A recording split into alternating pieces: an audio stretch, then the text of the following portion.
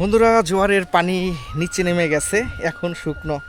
এই যে শুকনোর মধ্যেই হেঁটে যাচ্ছি। এখন কিন্তু এক বাড়ি থেকে আর এক বাড়ি যাওয়াটা আমার জন্য খুব সহজ, কারণ পানি নেই। কিছুক্ষণ আগে অনেক কষ্ট করছি, ভয়ও লাগছে যে কখন গর্ত থাকে, গর্তর মধ্যে পা পড়ে গেলে আমিও ব্যথা পাইতে পারি, আমার মোবাইল ক্যামেরা সবই ভিজে যেতে পারে। এই যে হেঁটে যাচ্ছি, সামনে আর অনেক বাড়িঘর আছে, সেদিকে যাচ্ছি।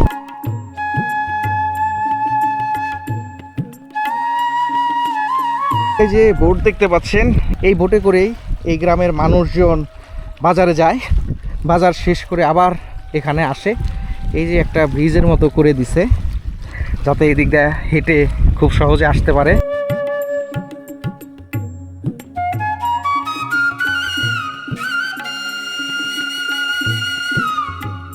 বন্ধুরা, এই যে বাড়ি, এই যে দেখুন, এখন এই বাড়িতে যাচ্ছি আমি। বাড়ির নিচে কিছুক্ষণ আগেও পানি ছিল।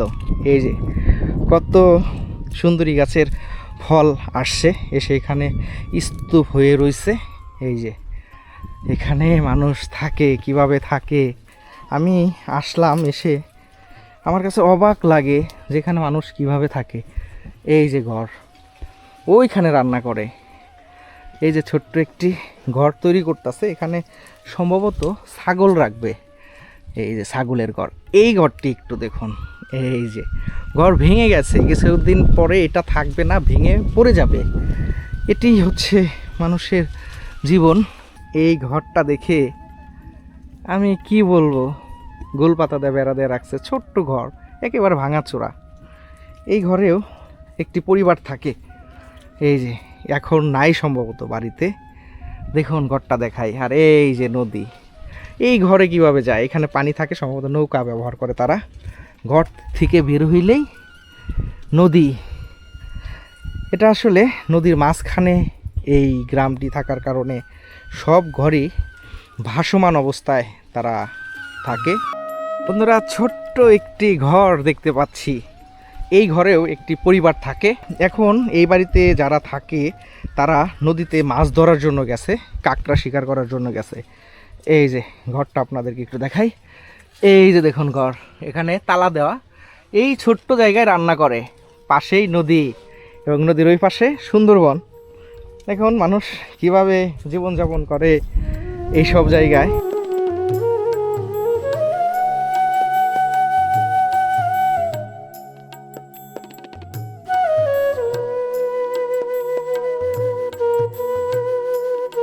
বন্ধুরা, আমি ঝুলন্ত গ্রাম দিয়ে হাঁটতেছি, জীবনের রিস্ক নিয়ে হাঁটতেছি। আমাদের রিস্কটা এরকম যে একটু পড়ে গেলেই মোবাইল শেষ, আর আমাদের সাথে যা যা আছে সব ভিজে যাবে। এই যে আরেকটি ঘর দেখুন, এই ঘরেও মানুষ থাকে। এই যে আমরা বাহিরে কাপড় চোপড় দেখতে পাচ্ছি, বাড়িতে লোক নেই। এই যে তালা দেয়া, কারণ এই সময়ে এইখানে মানুষজন তত দেখা যায় না, কারণ এই সময়ে তারা মাছ ধরে, নদীতে কাঁকড়া ধরে, যার কারণে এই সময় এই গ্রামটিতে খুব কম দেখা যায় মানুষ।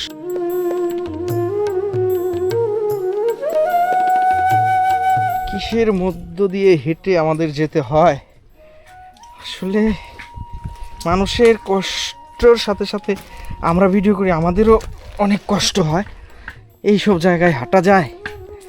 ও, এই যে এখানে নৌকার মেরামত চলতেছে, কারণ এইখানকার প্রধান বাহন নৌকা, যার কারণে এখানে এই যে নৌকা ভালো করা হচ্ছে।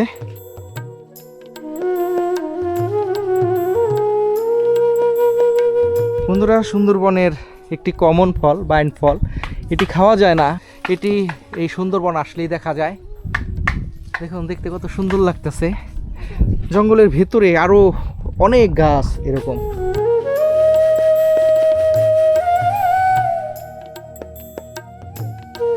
বন্ধুরা, এই যে কাকা কাকি এই বাসায় থাকে, ভাঙাচোরা ঘরে থাকে, ঝড় বৃষ্টির পানিতে ভরে যায়, ঘরের সব ভাসিয়ে নিয়ে যায়। দেখুন, এটা হচ্ছে মানুষের জীবন। এই যে কাকি কাটলো, এটা গুল ফল বলে।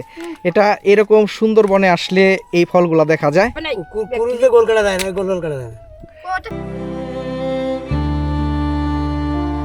দেখি কি করবে, মানুষ আজকাল হলো টাকার ভুগি, যে দুটো টাকা দিতে পারে তার একটা জিনিস দেয়, যে টাকা না দিতে পারে তার জিনিস দেয় না। কেনবো কি দিই, কেনবার তো সেই উপার্জনে ছোটো বোনটা খুলনায় থাকে, ওইতে কিছু কাপড় চোপড় টোট দেয় তাই পরি, কিনতে পারিনি। তো মিথ্যে কথা বলি তার কিছু হবে না, মিথ্যে কথা একজনের সাথে বলা মানে ইমান নষ্ট করা। বন্ধুরা আমি যে ঘরে আছি দেখুন, এই যে নিচে কাদা, উপরে কাঠের চালা দেওয়া, এখানে এভাবে এখানকার মানুষ বসবাস করে। কোনো কিছু যদি হঠাৎ করে পড়ে যায় পানির নিচে চলে যাবে, এই যে ভেঙে গেছে, এইটুক ঠিক করবে তাও ঠিক করতে পারে না। ঠিক তো, আমি তো একদম মনেতে বলতে কোনো তো মিথ্যা না, দেখতে পাচ্ছেন, তারপরে আর কি বলবো আমি। আসি সময় দেখি বাড়ি চাইলে এইসব দেখি, তারপর চলে যায় বাড়ি, আবার মাদ্রাসায় চলে যায়। আর এখন ওই যে টাকা দিতে পারে না বলে আমি এখান থেকে চলে আসছি মাদ্রাসায়। 2 ভাইটা পরে তার সেখানে 2-3 হাজার টাকার মতন হয়েছে হলে তার সেখানে টাকা দিতে পারি না, তাই চলে আসি আমি। একদিন খায় 2 দিন না খাই থাকি। তোমার বাবা কিছু করতে পারে না? মাঝে বিটা গাছ বুড়ো হয়ে গেছে, এখন কিছু করতে পারে না।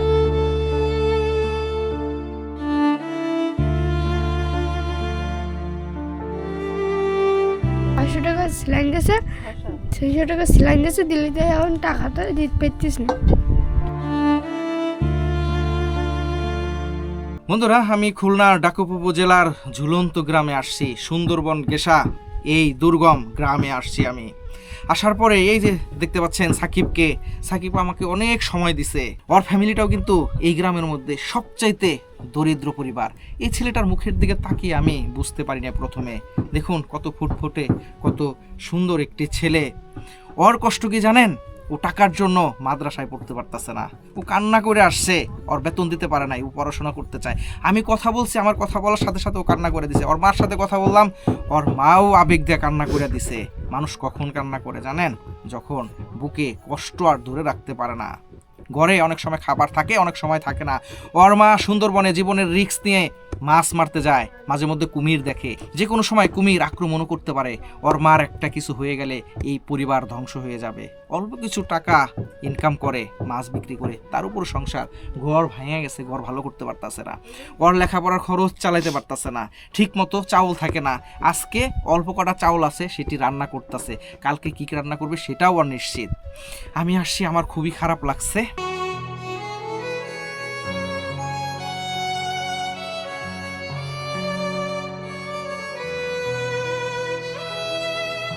তোরা 18 বছর পার নাই গেলি মেয়েজুত বিয়ে দেয় না। মুসলমানের মেয়েজুত কিন্তু কত সময় ঘরে থাকে না, 12-13 বছর হলেও বিয়ে দেয়, কিন্তু 18 বছর আইডি কার্ড না হওয়া বন্ধুক তাই ওই গর্ভবতী কার্ড দেয় না। তারা আর পায় না, তারা অমনি বাচ্চা প্রসব করে। আপাত বিগত হলি বাপ মায় টাকা পয়সা দেয়, শ্বশুর শাশুড়ি দেয়।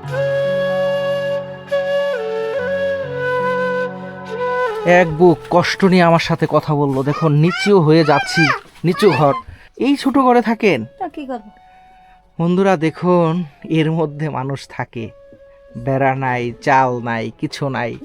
এই দিক দিয়ে দেখুন কাগজ দিয়ে রাখছে, এই যে দেখায় আপনাদেরকে, এই যে এইখানেই এভাবে থাকে।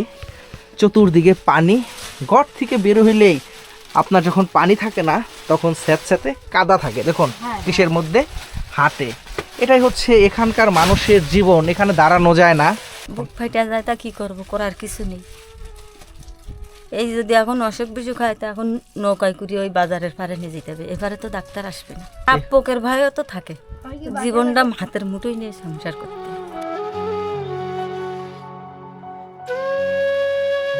কিন্তু টাকা নেই, সক্ষম নেই জায়গা কিনার, তো কেমনি যাব? গরিব মানুষ, যা একটু অনুদান দেয় সরকারে, তাই দিয়ে মনে করেন বাচ্চা কাচ্চার তো বাইরে একটু লেখাপড়া শিখতে, তার কি পেছনে খরচ করি। আর ওই নিজের টুকটাক অসুখ বিসুখ আছে। আর সবসময় যখন ইনকাম ভালো হয় তখন আমার ঘরে চাল ডাল থাকে, যখন ইনকাম কম হয়ে যায় তখন চাল ডাল কম থাকে। তখন বাচ্চাগুলো নিজেরা একক তো না খায়, বাচ্চাকে জন্য থুই দিতে হয় না, এবার ওরা কান্দে। আমরা তো সহ্য করতে পারি খিদে লাগলে, ওরা কি পারে? এই জন্য ওকে জন্য থুই দিতে হয়, এই জন্য ওরা না কান্দে। পরবর্তীতে আবার নিজেরা ইনকাম করি, আবার কিনে নিয়ে আসি। এইভাবে নিজেকে কষ্ট চায়, কিন্তু বাচ্চা কাচ্চার সহজে বাপ মায় কষ্ট দিতে চায় চায় না। আসে এই আপনারা যারা মেয়েছেন এরকম কতজনে আসে এরকম এই কই সব শুনি টুনি তারা চলে যায় আর আসে না, আর ফিরি দ্বিতীয়বার খোঁজখবর নেয় না যে এই জনগণের পাশে গেছে, এই জনগণ এই দুঃখের কথা কইছে, তা পরবর্তীতে দেই তাই গিয়ে পাশে যায়, তারা কি চায় কি বলে আর আসে না। আজকের আলু ভাতটা করেছে, তার মাছ শাক নেই, বাজার কাইলকিরা আর কি বাজার ঘাট থাকে, সপ্তাহের বাজার, ডেলির বাজার না। গরুর মাংস খুলনা ছাড়া এদিক কোনো জায়গায় পাওয়া যায় না, তা এখন 800 টাকা 850 টাকা কেজি, ওই টাকা আমি কোনতে জোগাড় করি? ওই কুরবানিতে মানুষ কুরবানি দেয়, মসজিদিতে দিয়েছে, তাই কষ্ট লাগে। ওই হাঁস মুরগি পুষি পালি, তাই একটা অর্ধেক জবাই করে দেই যে এই খা। কী করবো, কোনো বাজারঘাট কিছুই নেই। প্রতিদিন বাজারে 2 টাকা জোগাড় করি গ্যাস করে কিনে নিয়ে আসবো, তেমন কোনো লাইন নেই। সপ্তাহের দিন ছাড়া বাচ্চা কাচ্চার ভালো মন্দ খাবারেরও লাইন। বন্ধুরা দেখুন, এই কাকি এই যে কচু রাখছে, কচু নষ্ট হয়ে গেছে, এটা খাওয়া যাবে, তারপর রাখছে খাওয়ার জন্য। এই যে এইখানে রান্না করছে, কি রান্না করছে দেখুন, আলু এই যে ভর্তা। শুধু ভর্তা, ভাত আছে, এই যে খুবই অল্প কিছু ভাত রাখছে। এই একটা ভর্তাতে খাবেন আপনারা শুধু? হয়, সকালেও খাইছে, এবার দুপুরেও খাবে। ভালো মন্দ পাবো কেন এখন, তেমন কোনো লাইন নেই। এইটাই আনাপসি হয়তো এসছি একটু অল্প পাই, আবার যখন ইনকাম করতে পারি ভালো হয়। ও যখন সুস্থ থাকে তখন ইনকামে বেরি, তখন একটু ভালো খাইতে পারি। যখন ও অসুস্থ থাকে তখন আমি কোথাও যাইনি। বাচ্চার কার কাছে রেখে যাবো? অসুস্থ বাচ্চা, মা না থাকলে বাচ্চা কোনো দিন ভালো থাকে না। ও দিলি খাবে না, নেই তা কী করবে? ওরা বোঝে যে আম্মু জোগাড় করতে পারতিস না, তা খাবো কোনতে? মায়ের ভাষা বুঝবে না কেন? ও তো দেখতেই পেতিছে যে আমার নেই, আমার আম্মু কোনতেই দেবে। এইভাবে ও যা দেয় তাই দেখায়। যুদ্ধ না করে যাবো কেন? আমার আরেকটা ছেলে এই 2তে পড়তেছে মাদ্রাসায়, তা তার আমি এই মাদ্রাসায় ওই পারে একবারই রেখে আইছি। এই নদী ভাঙনের জন্য যাতায়াত করতে পারে না, তাই কইছি পরীক্ষার কটা দিন ওই বাড়ি থাক, পরীক্ষা শেষ হয়ে গেলে বাড়ি আসবে। বৃহস্পতিবারে বাড়ি আসবে, 8 দিন মানুষের বাড়ি। ওদের কাপড় চোপড় কিভাবে দেন? ওদের কাপড় চোপড় কিনে দেয়, কতদিন পর পর দেন? বছরে 2 বার দেয়, ঈদের সময় এই কুরবানির ঈদি দেয় আর রোজার ঈদি দেয়। এর মধ্যে আর কাপড় চোপড় চায়ও না, দেয়ও নি, জোগাড় করতে পারি না।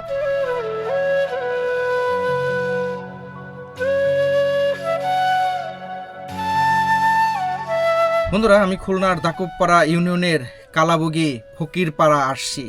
চতুর্দিকে পানি, মাঝখানে অল্প কিছু বাড়িঘর। এখানেও অসহায় অনেক মানুষ বসবাস করে। আমি এমন একটি বাড়িতে এখন আছি।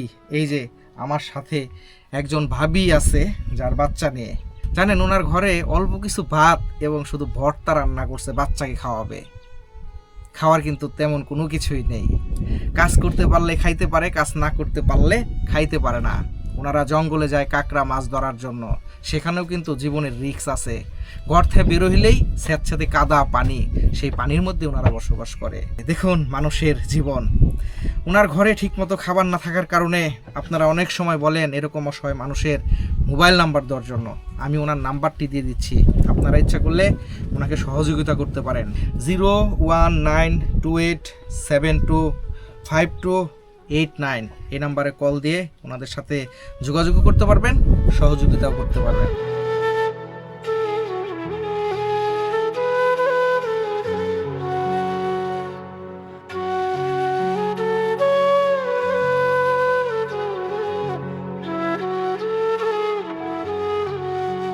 বন্ধুরা, 2-3 ঘন্টা এই ঝুলন্ত পানি প্লাবিত এই গ্রামটি দেখানোর চেষ্টা করেছি। আমিও দেখেছি, অনেক সময় ভালো লেগেছে, অনেক সময় কষ্টও লেগেছে।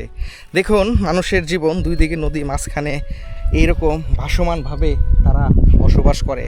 2 পাশেই সুন্দরবন, প্রতিনিয়তই তারা এই বনের কুমির, বাঘ এদের সাথে সংগ্রাম করে বেঁচে থাকে। এখানে শুধু একটু মাছ মেরে তাদের সংসার চালায়। আর এই যে সুন্দরবন, এই যে সুন্দরবন। আজকে আমি এই ঝুলন্ত পাহাড় থেকে চলে যাচ্ছি। আপনারা ভালো থাকবেন, সুস্থ থাকবেন। আল্লাহ হাফেজ।